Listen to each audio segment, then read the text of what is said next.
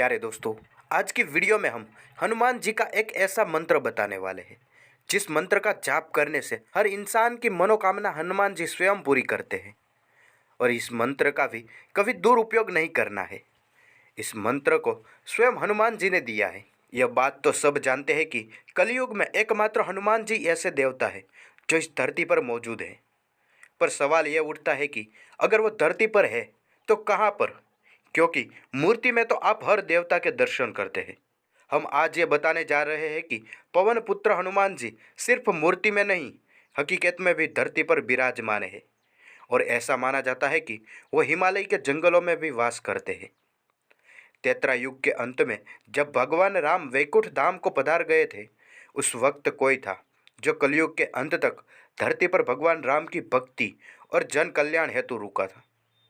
कलयुग में एकमात्र भगवान बजरंगबली है जिनका अस्तित्व आपको इस धरातल पर मिलेगा, जो आपको बताएगा कि हिंदू धर्म कितना प्राचीन और महत्वपूर्ण है।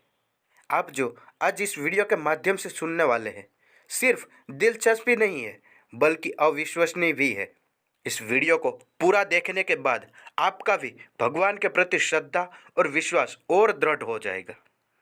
इसी के साथ ही मैं आपसे गुजारिश करता हूं, अगर आपको भी यह वीडियो पसंद आए तो वीडियो को लाइक करके चैनल को सब्सक्राइब जरूर कर लेना और कमेंट बॉक्स में जाकर जय बजरंगबली लिखना ना भूलें।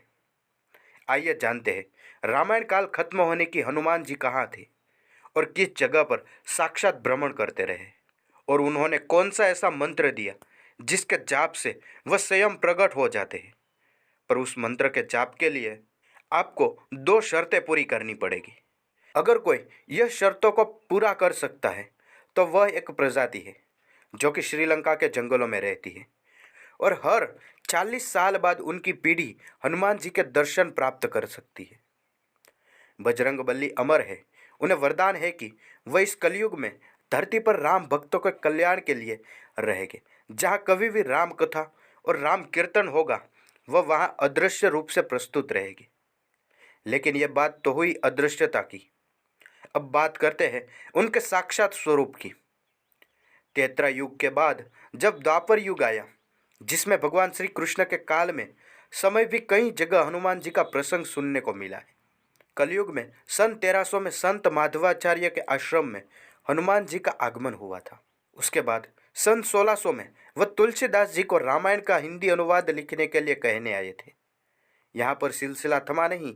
रामदास स्वामी, राघवेंद्र स्वामी, श्री सत्य साईं बाबा, इन सब ने पवन पुत्र हनुमान जी के साक्षात दर्शन भी किए थे।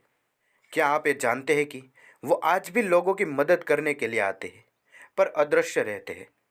दृश्य सिर्फ एक खास समुदाय के लोगों को ही है जो कि श्रीलंका के जंगलों में रहते हैं।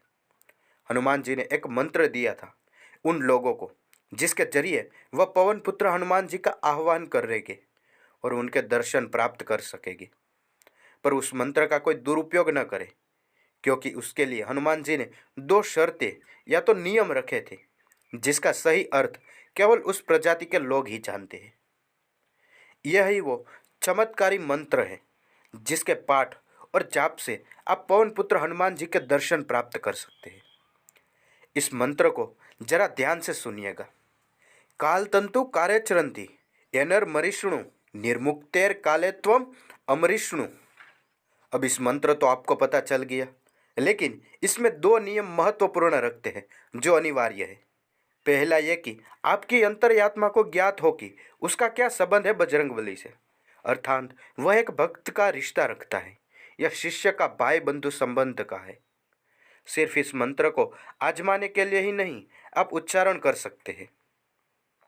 और दूसरी शर्त यह है कि जिस जगह पर आप इस मंत्र का उच्चारण कर रहे होंगे, वहाँ से तकरीबन 980 मीटर की दूरी पर केवल वही मनुष्य उपस्थित होंगे जिन्होंने पहली औपचारिकता पूरी कर ली है।